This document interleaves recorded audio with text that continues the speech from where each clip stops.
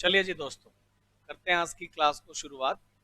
आज की क्लास में हम लोग सीए फाउंडेशन को लेकर एक नया टॉपिक डिस्कस करने वाले हैं, जिसका नाम है फाइनल अकाउंट।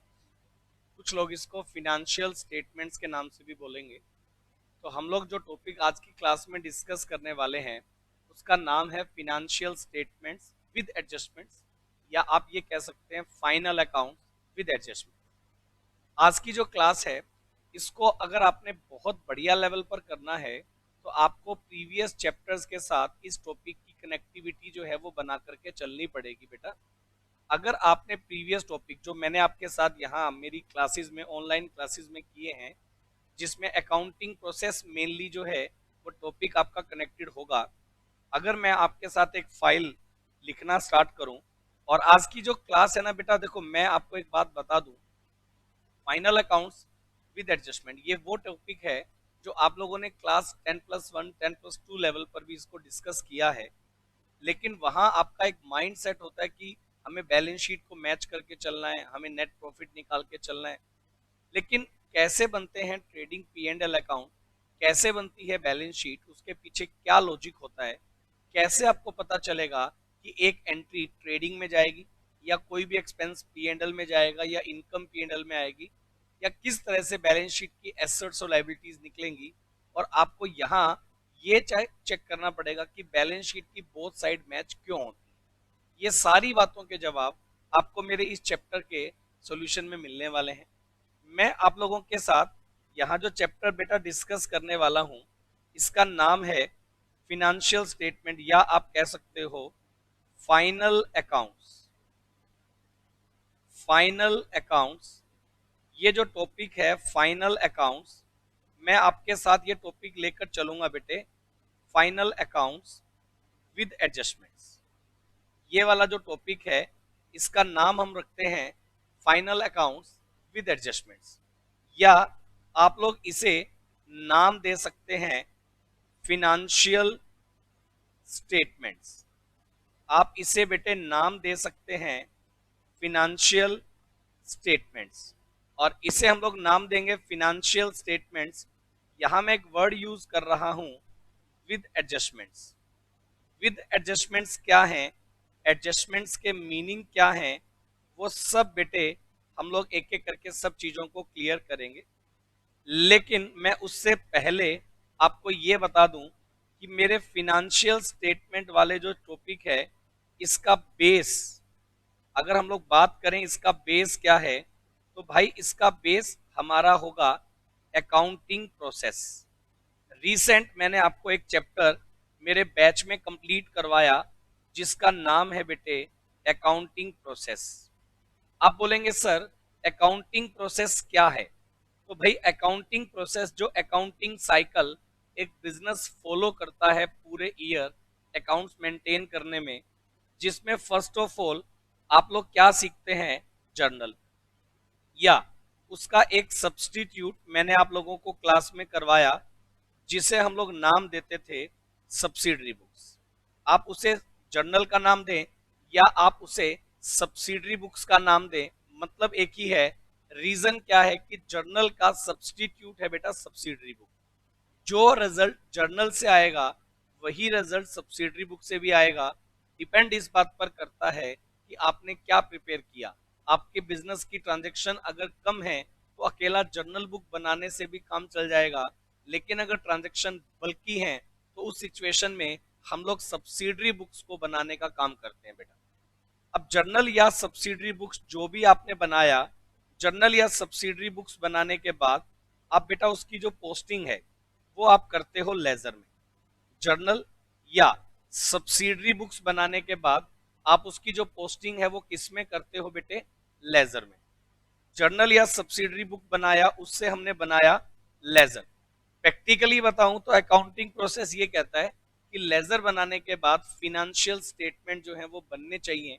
लेकिन हम आपको अकाउंटिंग प्रोसेस में एक कंसेप्ट डिस्कस करवाते हैं, जिसका नाम है बेटे ट्रायल बैलेंस, जिसका नाम है trial balance. But first of all मैं आपको ये चीज बिल्कुल पहले दिन से ही क्लियर कर चुका हूं कि ट्रायल बैलेंस बनाना मैंडेटरी नहीं होता है। ट्रायल बैलेंस बनाना जरूरी नहीं होता है। ट्रायल बैलेंस जो है सिर्फ एक्यूरेसी को चेक करने के लिए हम लोग बनाते हैं। अर्थमेटिकल एक्यूरेसी को चेक करने के लिए हम लोग जो है ट्रायल बैलेंस को बना करके चलते हैं। अगर मैं आपको एक सिंपल वे से बताऊं, जैसा कि आप लोगों ने मेरे साथ अकाउंटिंग प्रोसेस में पढ़ा कि भाई जर्नल में एक अकाउंट डेबिट होगा तो दूसरा अकाउंट आपका क्या होगा, क्रेडिट। अब जब जर्नल से आप लेजर पोस्टिंग करते हैं तो जर्नल में जो अकाउंट डेबिट होगा लेजर में भी वही डेबिट होगा, और जर्नल में जो क्रेडिट होगा लेजर में भी वही क्रेडिट होगा। और जर्नल से लेजर पोस्टिंग करने के बाद हम लोगों ने लास्ट टॉपिक जब अकाउंटिंग प्रोसेस मैंने आपको करवाया था, तो मेरी क्लास में मैंने अकाउंटिंग प्रोसेस पढ़ाते टाइम आपके साथ कुछ क्वेश्चंस ऐसे भी डिस्कस किए जिसमें हमने पहले पढ़ा जर्नल, उसी क्वेश्चन का हमने बनाया लेजर, और उसी क्वेश्चन से हमने ट्रायल बैलेंस बना करके आपको मैच करके मैंने आपको दिया था।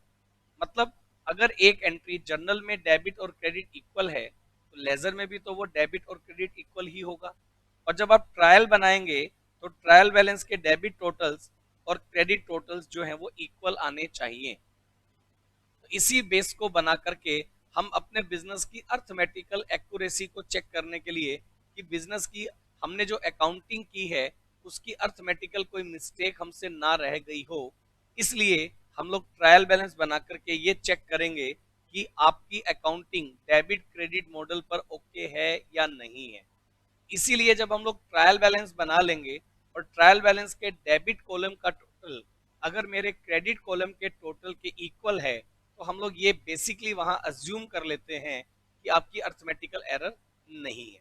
बट एरर नहीं है ये चीज कहना डेफिनेटली 100% ठीक नहीं होगा, क्योंकि ट्रायल बैलेंस के एग्रीमेंट के बाद भी कुछ एरर्स ऐसी हैं जो ट्रायल बैलेंस के एग्रीमेंट से डिस्क्लोज नहीं होती हैं।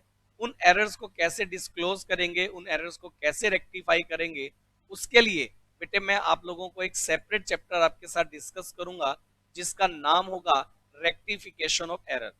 अभी हम लोग रेक्टिफिकेशन ऑफ एरर्स के बारे में बात नहीं करने वाले हैं। अभी हम लोग जो बात करने वाले हैं, आप मेरी बात को समझिएगा, अभी हम लोग ट्रायल बैलेंस बनाने के बाद अगर हमें बनाने पड़े बेटे फिनेंशियल स्टेटमेंट, ट्रायल बैलेंस बनाने के बाद अगर हमें बनाने पड़े फिनेंशियल स्टेटमेंट्स, तो फिनेंशियल स्टेटमेंट्स कैसे बनेंगे ये इस बात पर डिपेंड करेगा। अगर मैं थोड़ा सा अगर आपको बता दूं, अगर आप बनाते हैं किसी भी मैन्युफैक्चरिंग, MFT लिखा है मैंने, मैन्युफैक्चरिंग बिजनेस, अगर कोई person generally manufacturing business operate करता है तो उसको अपने फाइनल अकाउंट्स यानी कि फिनेंशियल स्टेटमेंट में क्या क्या बनाना पड़ेगा। अगर तो कोई पर्सन ट्रेडर है, ट्रेडर बिजनेस कर रहा है, मतलब ओनली सेल परचेज कर रहा है, तो उसको जनरली फिनेंशियल स्टेटमेंट में क्या बनाना पड़ेगा।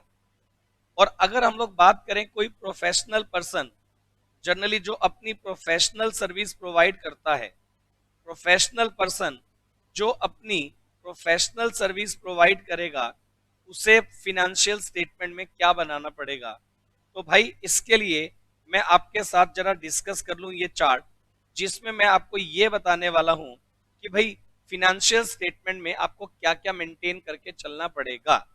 तो मैं आपको याद करा दूं कि अगर तो आप मैन्युफैक्चरिंग कंसर्न हैं और आपको बनाने पड़े फिनेंशियल अकाउंट्स, तो भाई फाइनल अकाउंट्स, तो भाई आपको first of all manufacturing account बनाना पड़ेगा। मैंने शॉर्ट फॉर्म में इसको MFT अकाउंट लिख दिया। नंबर 2 आपको बनाना पड़ेगा भाई इसमें ट्रेडिंग अकाउंट, आपको बनाना पड़ेगा ट्रेडिंग अकाउंट। उसके बाद आपको बनाना पड़ेगा प्रॉफिट एंड लॉस अकाउंट। उसके बाद आपको बनाना पड़ेगा प्रॉफिट एंड लॉस अकाउंट। और उसके बाद बनती है जी बैलेंस शीट। उसके बाद बनती है बैलेंस शीट। तो सबसे पहले अगर आप मैन्युफैक्चरिंग कंसर्न है, मतलब अगर आप मैन्युफैक्चरिंग बिजनेस हैं, तो आपको सबसे पहले बनाना पड़ेगा बेटे मैन्युफैक्चरिंग अकाउंट। उसके बाद आपको बनाना पड़ेगा ट्रेडिंग अकाउंट। उसके बाद आपको बनाना पड़ेगा प्रॉफिट एंड लॉस अकाउंट। और उसके बाद आपको बनानी पड़ेगी बैलेंस शीट। लेकिन तो अगर आप ट्रेडर हैं तो मैं आपको बता दूं ट्रेडर को सबसे पहले, क्योंकि मैन्युफैक्चरिंग तो कोई आपने करनी नहीं है, तो आपको बनाना पड़ेगा ट्रेडिंग अकाउंट। नंबर 2, आप जर्नली बनाएंगे profit and loss account, profit and loss account. और नंबर 3, आपको बनानी पड़ेगी बेटे बैलेंस शीट। नंबर 3, आपको बनानी पड़ेगी बैलेंस शीट। सही बात है ना? आपको ट्रेडर के केस में मैन्युफैक्चरिंग अकाउंट बनाने की जरूरत नहीं है। और भाई अगर आप हैं प्रोफेशनल बिजनेस, आप सिर्फ कोई भी सर्विसेज प्रोवाइड करते हैं, तो उस सिचुएशन में एक आप जर्नली बनाते हैं इनकम स्टेटमेंट, एक तो हम लोग बनाएंगे इनकम स्टेटमेंट। आप इनकम स्टेटमेंट को अपना प्रॉफिट एंड लॉस अकाउंट भी बोल सकते हैं। मैंने इनकम स्टेटमेंट इसलिए लिखा क्योंकि प्रोफेशनल लोग जनरली अपना पी एंड एल अकाउंट बनाने की बजाय उसको क्या नाम दे देते हैं, इनकम स्टेटमेंट। और एक हम लोग बना देंगे बैलेंस शीट। जबकि मैं आपको बता दूं, इनकम स्टेटमेंट और प्रॉफिट एंड लॉस दोनों में कोई डिफरेंस नहीं है, लेकिन फिर भी जो प्रोफेशनल लोग हैं, जो फी रिसीव करेंगे उसको इनकम साइड में, और जो एक्सपेंस करेंगे उनको एक्सपेंस साइड निकाल करके अपना नेट प्रॉफिट और नेट लॉस जो है वो फाइंड आउट करेंगे। तो भाई अगर आपको फिनेंशियल स्टेटमेंट बनाने हो, तो मैंने अभी तक आपको आज की क्लास में ये बताया कि मेरा जो टॉपिक है फिनेंशियल स्टेटमेंट, उसका जो बेस है, अगर आप देखेंगे उसका जो बेस है, उसका बेस जो है वो अकाउंटिंग प्रोसेस होगा। अकाउंटिंग प्रोसेस में हमने पढ़ा था फर्स्ट ऑफ ऑल जर्नल या सब्सिडरी बुक्स, उससे हमने बनाया लेजर, उससे हमने बनाया ट्रायल बैलेंस। और ट्रायल बैलेंस जबकि मैंने बोला था मैंडेटरी नहीं है, आप डायरेक्टली लेजर्स को क्लोज करके फिनेंशियल स्टेटमेंट बनाएंगे। और फिनेंशियल स्टेटमेंट में 3 तरह से मैंने बता दिया। अगर तो आप मैन्युफैक्चरिंग कंसर्न है तो आपको manufacturing account, trading account, profit and loss account और बैलेंस शीट, ये सब बनाना है। अगर तो आप ट्रेडर हैं तो भाई आपको trading account, profit and loss account और बैलेंस शीट ये बनाना है। अगर तो आप प्रोफेशनल पर्सन हैं तो आपको इनकम स्टेटमेंट और बैलेंस शीट ये सब बनाना पड़ेगा।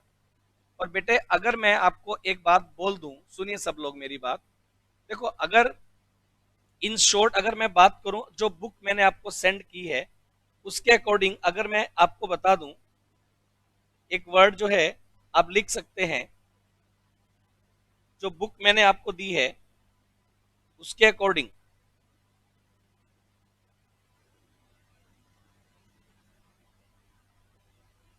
आपको मैंने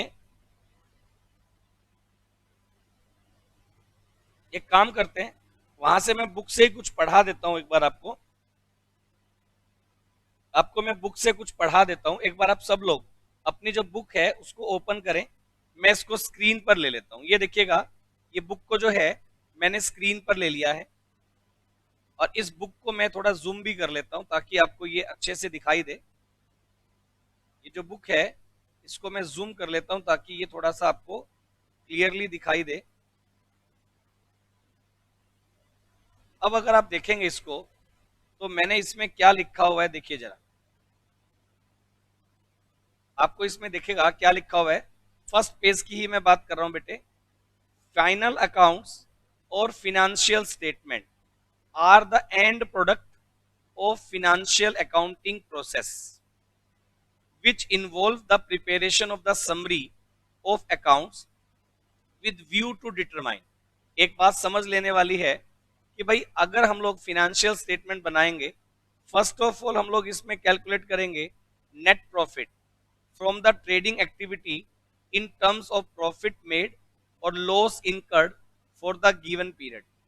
मतलब फिनेंशियल स्टेटमेंट से हमें दो चीजों का आइडिया होगा।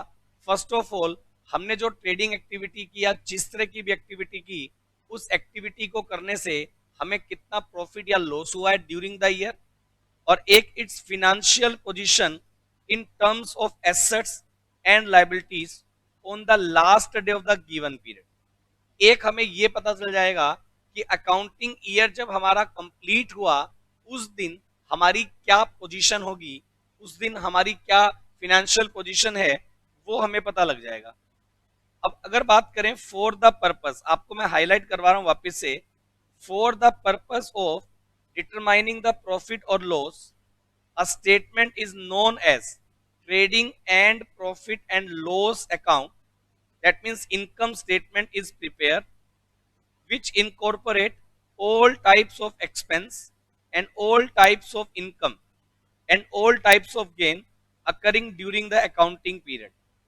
मतलब ये कि जब हम लोग अकाउंटिंग करेंगे तो फर्स्ट ऑफ ऑल हम लोग अपने बिजनेस के जितने भी एक्सपेंस हैं और जितने भी इनकम या गेन हैं उन सब को trading and profit and loss account इसमें रखेंगे और trading and profit and loss account से हम लोग फाइंड आउट करेंगे अपने बिजनेस के होने वाले प्रॉफिट या लॉस को.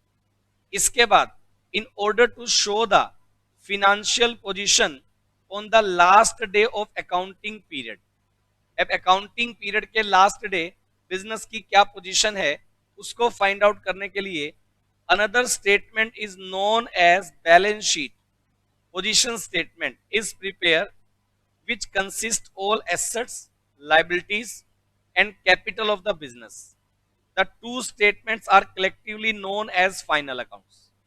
मतलब पोजीशन को फाइंड आउट करने के लिए हम लोग बैलेंस शीट बनाने वाले हैं, परफॉर्मेंस को फाइंड आउट करने के लिए हम लोग जो है इनकम एंड एक्सपेंडिचर अकाउंट या यूं कह लीजिए ट्रेडिंग एंड P&L अकाउंट जो है वो बनाने वाले हैं. फाइनल अकाउंट्स में कौन सी चीज कहां अपीयर होगी उसके बारे में मैंने बताया है, लेकिन उसका मैं डिटेल आपको तोड़ निकाल के देने वाला हूं. फर्स्ट ऑफ ऑल आप ये देखिए, फिनेंशियल स्टेटमेंट की बात अगर मैं करूं तो इसका एक तो इनकम स्टेटमेंट का पार्ट हो गया और एक पोजीशन स्टेटमेंट का पार्ट हो गया. ये बात समझ लेने वाली है. एक पार्ट हो गया इनकम स्टेटमेंट को लेकर और एक पार्ट हो गया पोजीशन स्टेटमेंट को लेकर. इनकम स्टेटमेंट को दो पार्ट्स में डिवाइड किया, एक ट्रेडिंग अकाउंट और एक प्रॉफिट एंड लॉस अकाउंट. जो ट्रेडिंग अकाउंट है उससे निकलेगा ग्रॉस प्रॉफिट और उसके बाद जो प्रॉफिट एंड लॉस अकाउंट है उससे आप कैलकुलेट करेंगे नेट प्रॉफिट. ये वाली चीज बेटे आपको फर्स्ट ऑफ ऑल अगर आपने +1 +2 लेवल पर आपने थोड़ा सा भी फिनेंशियल स्टेटमेंट को पढ़ा है तो ये चीजें आपके सामने क्लियर है. लेकिन मैं आपको इस चैप्टर के जब डिटेल में लेकर चलूंगा तो फर्स्ट ऑफ ऑल मैं आपको बता दूं ट्रेडिंग अकाउंट बनाने के पीछे, यहां आप चाहे लिख भी लें, ट्रेडिंग अकाउंट बनाने के पीछे हमारा agenda gross profit find out करने का जर्नली नहीं होता है. ट्रेडिंग अकाउंट बनाने के पीछे हमारा जो एजेंडा होता है वो cost of production find out करना होता है. कॉस्ट ऑफ प्रोडक्शन, जो प्रोडक्ट है उसकी कॉस्ट को अगर आपने फाइंड आउट करना हो, फाइनल कॉस्ट क्या है आपकी प्रोडक्ट बनाने की, अगर आपने उसे फाइंड आउट करना है तो कॉस्ट ऑफ प्रोडक्शन को फाइंड आउट करने के लिए हम लोग क्या करेंगे, ट्रेडिंग अकाउंट जो है वो बनाएंगे. और दूसरी बात, प्रॉफिट एंड लॉस अकाउंट जो बनाएंगे उसके पीछे बेसिक एजेंडा नेट प्रॉफिट को ही फाइंड आउट करने का है. और जबकि बैलेंस शीट, अगर पोजीशन स्टेटमेंट की बात करूं तो भाई पोजीशन स्टेटमेंट बैलेंस शीट का ही दूसरा नाम है और बैलेंस शीट बनाने से हमें पोजीशन ऑफ एसेट्स और लायबिलिटीज इन दोनों का पता चलेगा. बैलेंस शीट बनाने से position of assets and liabilities इन दोनों का जो डिटेल है वो हमें पता लगेगा. Position of balance sheet, position of assets and liabilities, ये सब हम इससे फाइंड आउट कर पाएंगे. लेकिन थोड़ा आपको मैं बता दूं फिनेंशियल स्टेटमेंट का बेस क्या है. थोड़ा अगर आपको बेटे क्लियर होगा ना तो आपको फिनेंशियल स्टेटमेंट में रट्टे मारने की जरूरत नहीं पड़ेगी. मैं कह रहा हूं मेरी पहली 2 या 3 क्लास आप लॉजिकली समझो. मैं आपको इतने बढ़िया बढ़िया कंसेप्ट बताने वाला हूं जिससे आपको ये क्रैमिंग की जरूरत नहीं पड़ेगी कि ट्रेडिंग P&L में कौन सी फिगर आने वाली है, कैसे आने वाली है.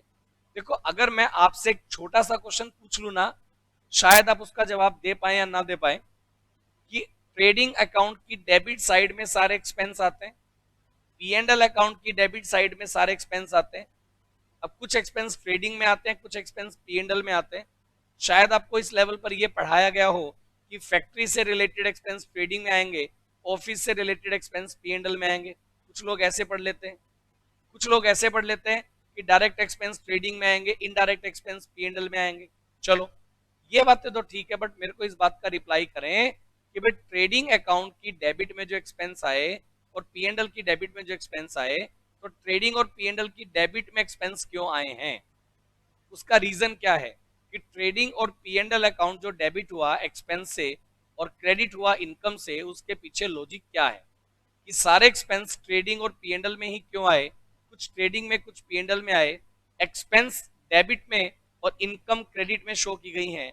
अगर मैं उल्टा कर देता तो क्या ऐसा पॉसिबल था? क्या ये एक रेगुलर फॉर्मेट है? क्या ये कोई रूल है? क्या इसके पीछे कोई लॉजिक है? क्या इसके पीछे कोई एंट्रीज हैं? वो हमें पढ़ के चलना होगा कि trading and P and L account में डेबिट साइड में एक्सपेंस और क्रेडिट में इनकम आने के पीछे लॉजिक क्या है। रट्टा नहीं लगाना है, क्रैमिंग नहीं करना है, आपको समझ के चलना होगा कि how to transfer the entries in trading and P and L account. तो इसके बारे में हम लोग यहाँ अपनी क्लास में डिस्कस करेंगे। बट मैं आपको बता दूं, एक मैंने थ्योरेटिकल क्वेश्चन यहाँ स्क्रीन पर आप देखेंगे, आपकी बुक में मैंने रखा हुआ है, comparison between income statement and balance sheet. मतलब ये कि इनकम स्टेटमेंट यानी कि ट्रेडिंग पी एंड एल और पोजीशन स्टेटमेंट यानी कि बैलेंस शीट, इन दोनों का क्या डिफरेंस है। थोड़ा बेसिक चीजों को ध्यान में रखते हुए मैंने क्वेश्चन आपको बनाकर दिया है 3 मार्क्स में। आपके पेपर में थ्योरी के लिए ये क्वेश्चन भी पूछा जा सकता है, इसलिए for the purpose of 3 marks और 5 मार्क्स में भी कई बार पूछ लेते हैं ऐसे क्वेश्चंस। तो भाई सबसे पहले तो आपको ये थ्योरी क्वेश्चन रीडिंग कर लेना है, और मेरे ख्याल से ये थ्योरी क्वेश्चन अगर आप पढ़ेंगे ना, तो इस थ्योरी क्वेश्चन में कुछ ऐसा नहीं है जो आपको ना समझ में आने वाला हो। सही है? अगर मैं उससे आगे आपकी बुक में पढ़ूं तो भाई अगले पेज पर आप देखेंगे लिखा हुआ है कि फिनेंशियल या final accounts include following of the accounts and statement. First of all मैंने बताया कि फाइनल अकाउंट्स में क्या बन सकता है, मैन्युफैक्चरिंग अकाउंट, लेकिन मैंने ब्रैकेट में लिखा in the case of manufacturing concern. अगर आप एक मैन्युफैक्चरिंग कंसर्न है तभी आपको मैन्युफैक्चरिंग अकाउंट बनाना पड़ेगा, अदरवाइज तो मैन्युफैक्चरिंग अकाउंट आपको बनाने की जरूरत नहीं है। नंबर 2, आपको प्रिपेयर करना पड़ेगा ट्रेडिंग अकाउंट। नंबर 3, आपको प्रिपेयर करना पड़ेगा प्रॉफिट एंड लॉस अकाउंट। और नंबर 4 पर फिर बनेगी बैलेंस शीट। और अगर मैंने अभी आपको एक नोटबुक में लिखवाया भी है कि भाई अगर मैन्युफैक्चरिंग कंसर्न है तभी मैन्युफैक्चरिंग अकाउंट आपको बनाना पड़ेगा, अदरवाइज तो आपको क्या बनाने पड़ेंगे, trading account, profit and loss account and balance sheet. और अगर आप मैन्युफैक्चरिंग कंसर्न या ट्रेडिंग कंसर्न दोनों ही नहीं है, आप सिर्फ प्रोफेशनल हैं, तो मैंने आपको बताया था कि भाई आपको क्या बनाना पड़ेगा उस सिचुएशन में, आपको बनाना पड़ेगा सिर्फ इनकम स्टेटमेंट और एक आपको बनाना पड़ेगा बैलेंस शीट। ये मैंने स्क्रीन पर आपके साथ ले लिया। अब मुद्दा क्या है, मुद्दे की बात पर आते हैं। और थोड़ा अब मैं चीजों को कॉम्प्लिकेट भी कर दूं बाई चांस, तो टेंशन लेने की जरूरत नहीं है, पहले चीजों को बढ़िया लेवल पर समझना।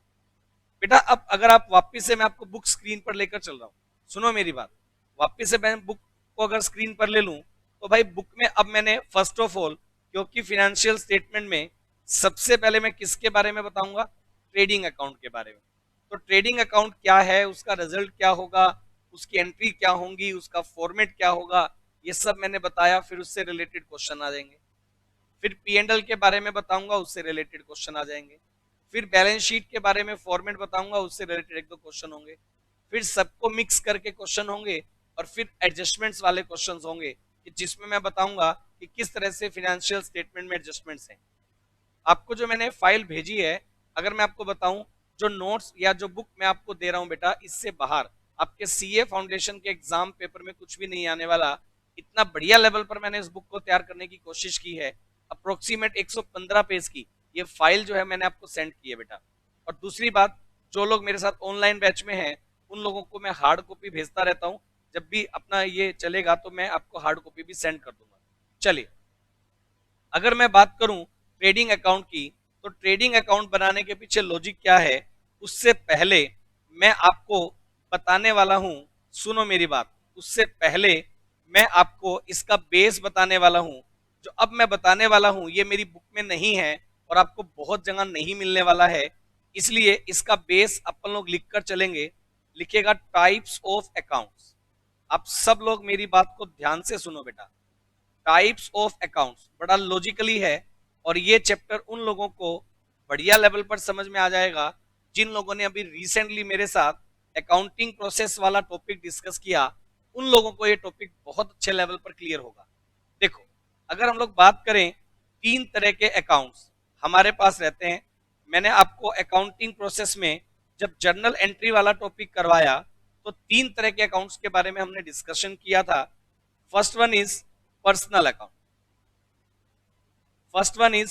अकाउंट. उनके टाइप्स क्या हैं अब उनके बारे में समझने की जरूरत नहीं है. Number two, real account.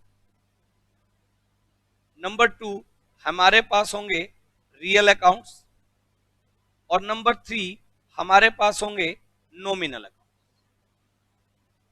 Number three, हमारे पास होंगे nominal account. First one is personal account, second one is real account and third one is nominal account. तीन तरह के अकाउंट्स हम लोग बेटे लेकर के चलते हैं. अगर मैं पर्सनल और रियल इन दोनों तरह के अकाउंट्स की बात करूं, अगर मैं पर्सनल और रियल इन दोनों अकाउंट्स की बात करूं तो इसमें बढ़िया बात पता है क्या है? लिखिएगा these accounts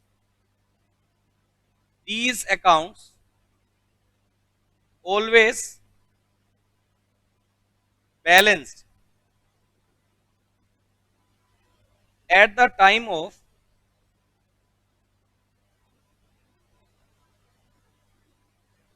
closing of accounts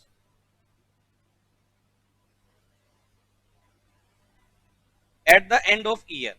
लिखते चलना साथ साथ, at the end of year. At the end of year, जब आपका फिनेंशियल ईयर कंप्लीट होगा ना बेटे, तो ये जो रियल और पर्सनल अकाउंट है इनको हम लोग क्या कर देंगे, इनको at the end of the year हम लोग बैलेंस करेंगे. And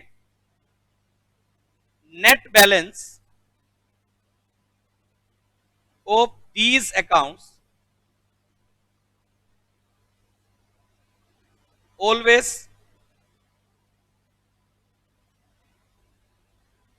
carried forward for next year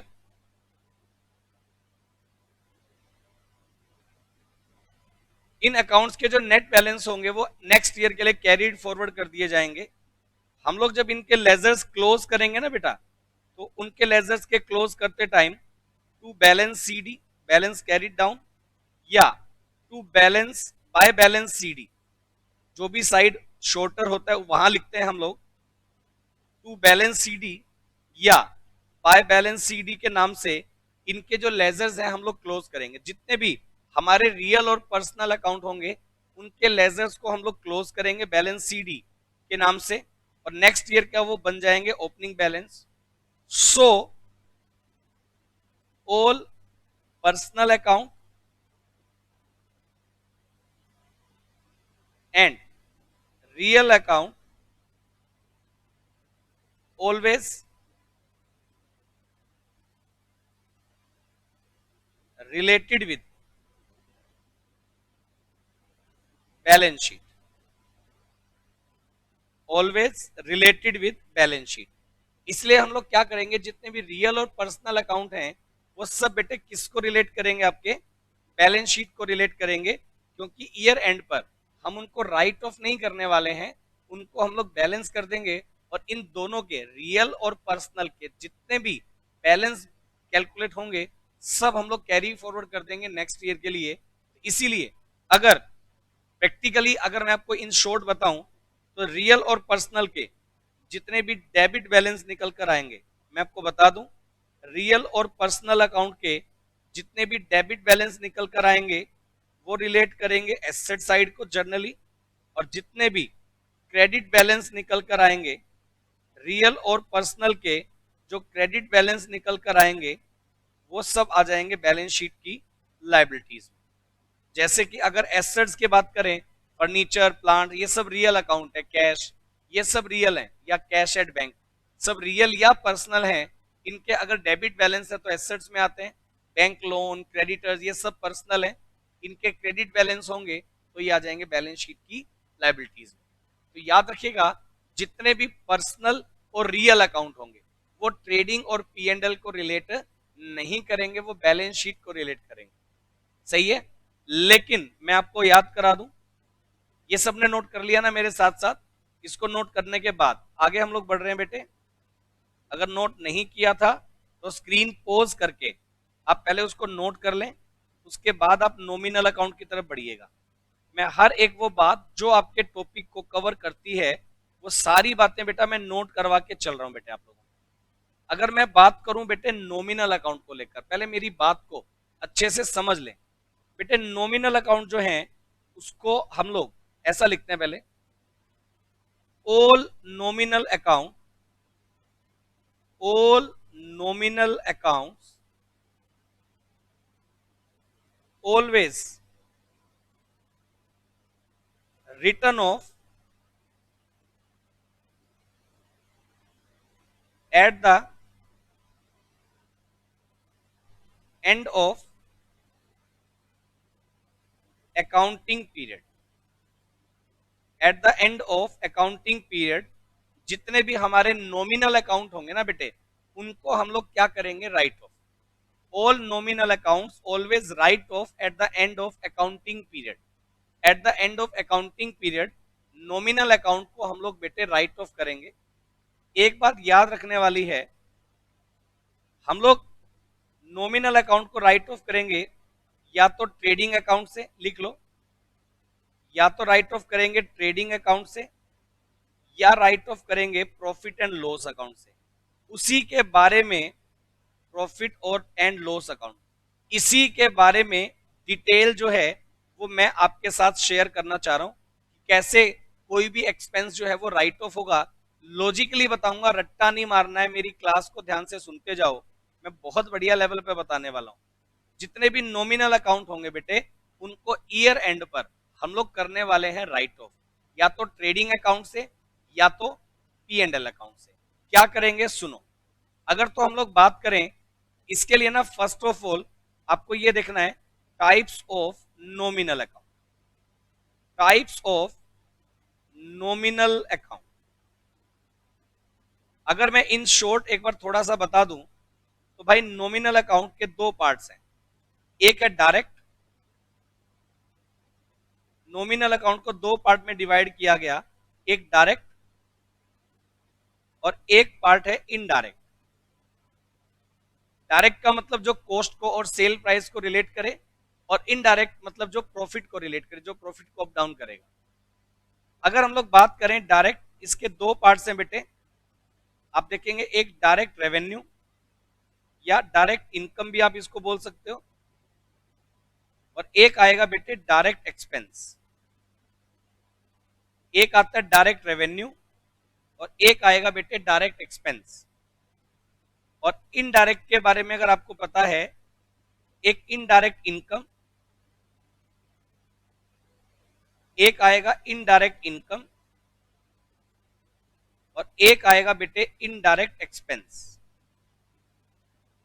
एक आएगा इनडायरेक्ट इनकम और एक आएगा इनडायरेक्ट एक्सपेंस। जितने भी हमारे जो डायरेक्ट नेचर के अकाउंट होंगे, चाहे वो रेवेन्यू के हों चाहे वो एक्सपेंस के हों, सबको ट्रेडिंग अकाउंट से रिलेट करूंगा। सबको ट्रेडिंग अकाउंट से रिलेट करूंगा।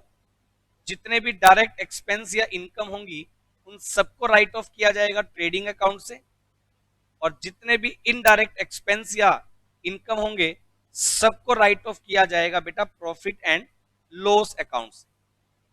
प्रॉफिट एंड लॉस अकाउंट से जितने भी इनडायरेक्ट होंगे सबको प्रॉफिट एंड लॉस से हम लोग राइट ऑफ करेंगे। मैं एक एक करके चीजें आपको ना एग्जाम्पल देकर के बताता हूं, इससे आपको क्लियर नहीं होगा। ये तो बात होगी थ्योरेटिकल।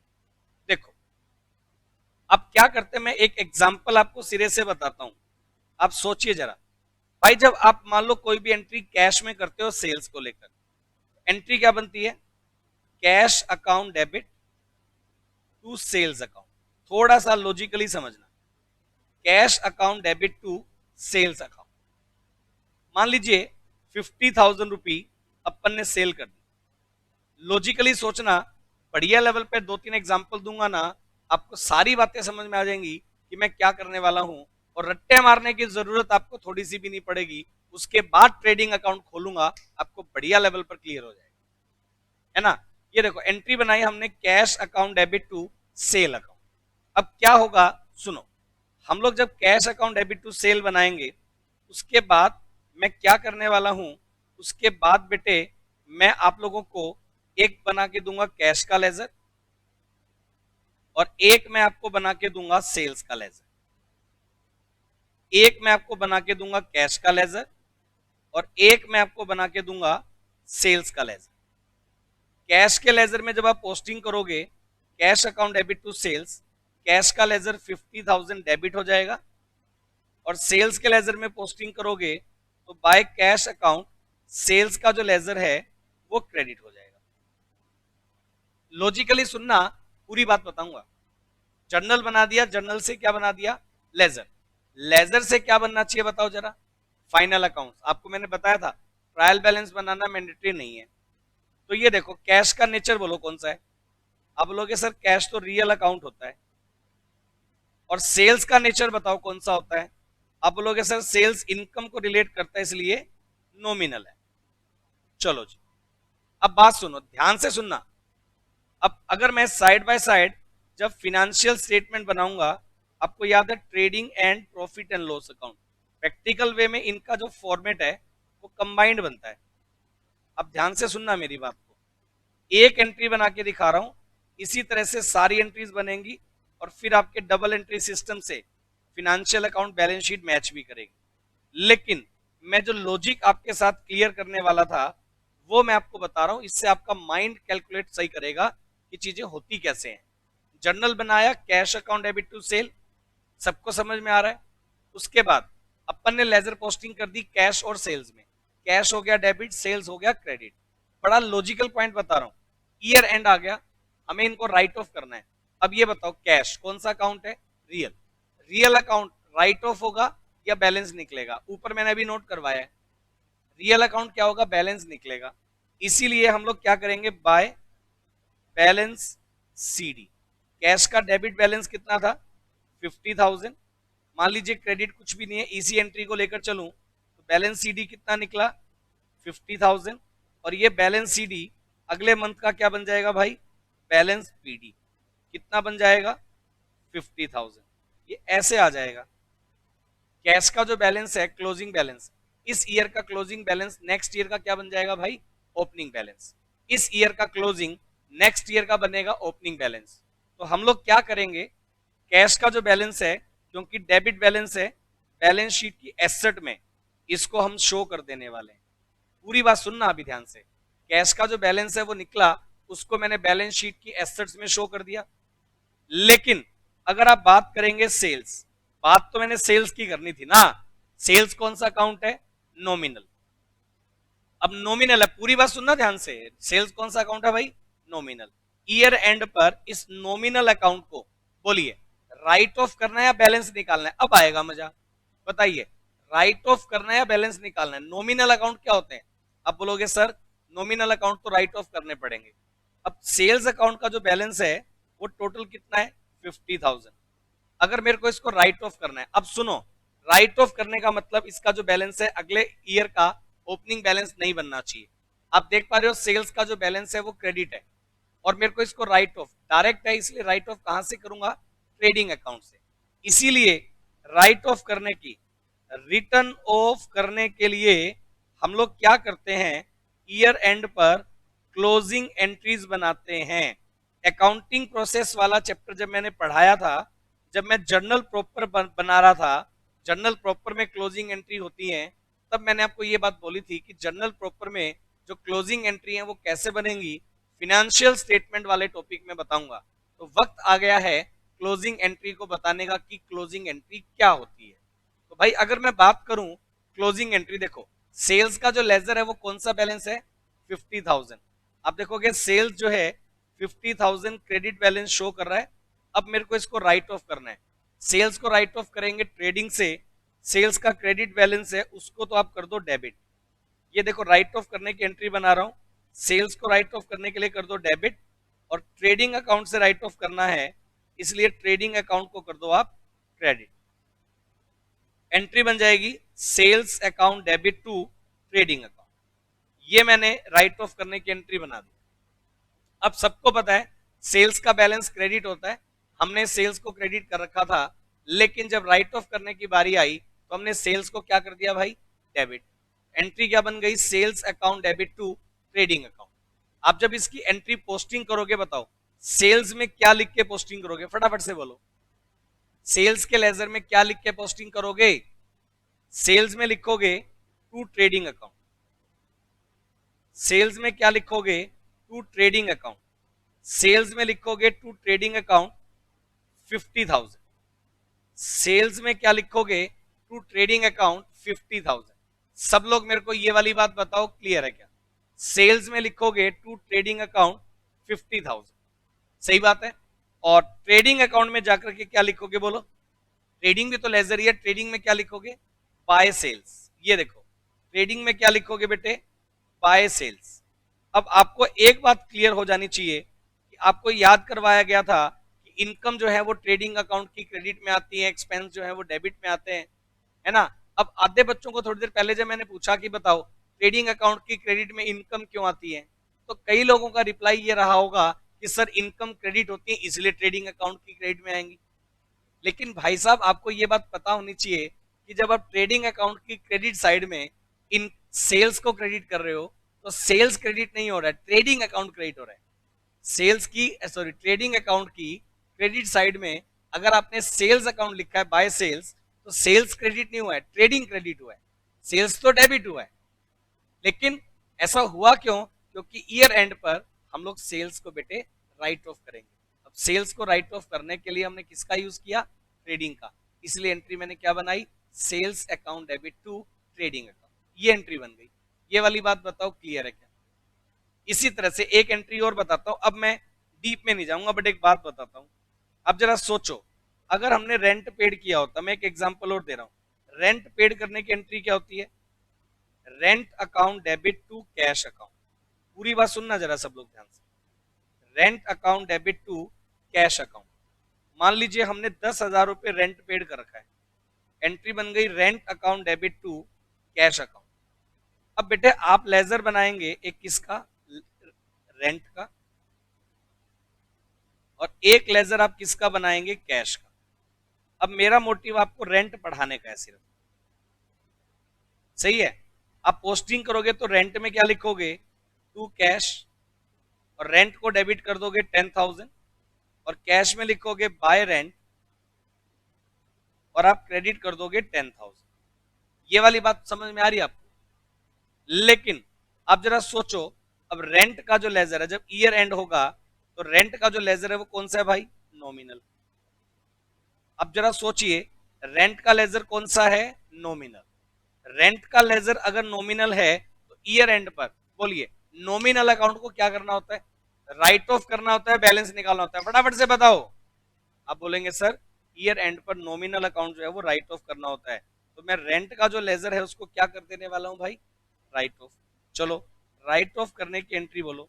रेंट का बैलेंस डेबिट था, राइट ऑफ किससे करोगे? ट्रेडिंग से या पी एंड एल से? तो सर अगर डायरेक्ट एक्सपेंस है तो ट्रेडिंग से, इनडायरेक्ट एक्सपेंस है तो पी एंड एल से। तो इसीलिए इसको हम लोग किससे राइट ऑफ करेंगे? पी एंड एल से। इनडायरेक्ट एक्सपेंस होता है P and L account debit to rent account, ये वाली एंट्री बन गई। P and L account debit to rent account, ये वाली एंट्री बन गई। अब रेंट का बैलेंस डेबिट था वो तो मैंने कर दिया क्रेडिट, पी एंड एल को मैंने कर दिया डेबिट। पोस्टिंग करेंगे तो यहाँ क्या लिखेंगे? आप देखिए जरा, रेंट में लिखेंगे by P and L 10,000, rent में लिखेंगे बाय पी एंड एल 10,000, और पी एंड एल में क्या लिखेंगे? पी एंड एल वाले जो पोर्शन है उसमें क्या लिखेंगे? To rent 10,000। मैंने जर्नल से लेजर पोस्टिंग कर दी, पी एंड एल में भी कर दी और रेंट में भी कर दी। अब बेटे जिसको मेरी बात समझ में आनी चाहिए थी ना वो समझ में आ गई। अगर आपको कोई भी बात क्लियर नहीं है, एक बार ये पूरा प्रोसेस जो मैंने 10-15 मिनट पहले पढ़ाया टोटल, आप इसको वापस से चेक कर लेना, वापस से पूरा पढ़ो दोबारा से। अगर आपको किसी को भी कोई डाउट है, मेरे को नहीं लगता कोई डाउट रहना चाहिए आपका। मैंने लॉजिकली बताई है कि कोई भी फिगर जो नॉमिनल है वो किस में आएगी भाई? ट्रेडिंग और पी एंड एल में। अपने आप से कुछ नहीं आया, सबको ईयर एंड पर नॉमिनल अकाउंट को हम लोग राइट ऑफ करके ट्रेडिंग या पी एंड एल में लेकर आएंगे।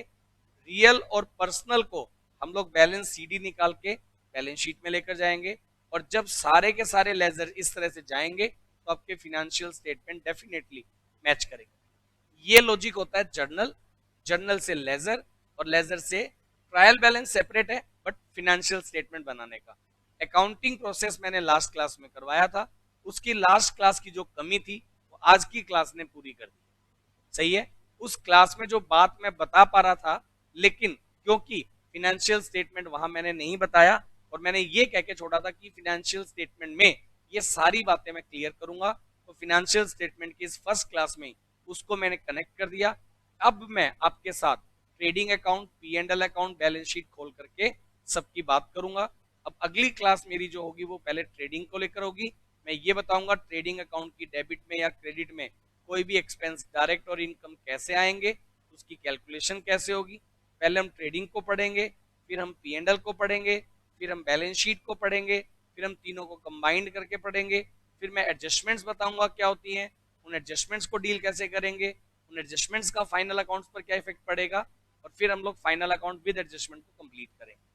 नंबर ऑफ क्लासेस हैं इसकी काफी अच्छी, लेकिन आपको मैं बता दूं आपके सीए फाउंडेशन के पेपर में बेटा इस चैप्टर का वेटेज बहुत अच्छा देखा गया है। ये टॉपिक आपके एग्जाम पेपर का कंपलसरी टॉपिक है बेटे, इसको बहुत अच्छे लेवल पर करना। मैंने इसका मटेरियल आपको बहुत बढ़िया बनाकर दे रखा है, और आप इसकी क्लासेस मेरे साथ करते चलो। अगर आपको ये मेरी क्लास समझ में आ रही है तो भाई आप अगली क्लास जरूर देखें, अपने क्लास करें। और जो लोग YouTube चैनल पर इस क्लास को देख रहे हैं वो लोग भाई अपना YouTube चैनल जो है विशेष एकेडमी, इसको सब्सक्राइब करें। और मोर अपडेट्स के लिए आप बेल आइकन दबाएं ताकि मैं अपडेट्स अपने लेकर आऊंगा। हमारा फेसबुक पेज है विशेष एकेडमी ऑफ कॉमर्स के नाम से, उसको लाइक करें क्योंकि वहां हम बहुत सारे अपडेट्स आपके लिए अब लेकर आएंगे, और उस पेज पर बहुत सारी चीजें, बहुत सारा मटेरियल आपको जो है प्रोवाइड होने वाला है। तो भाई लगातार बने रहें हमारे साथ, और बने रहें अपने सीए फाउंडेशन कोर्स को लेकर। सीए फाउंडेशन कोर्स बहुत आसान है, बस आपको अपडेट रहना पड़ेगा, आपका पेपर बहुत आसानी से निकल जाएगा। आज की क्लास इतनी थी। आज की क्लास को करने के लिए थैंक यू सो मच। अगली क्लास में फिर मिलते हैं एक नए टॉपिक के साथ। थैंक यू बेटा।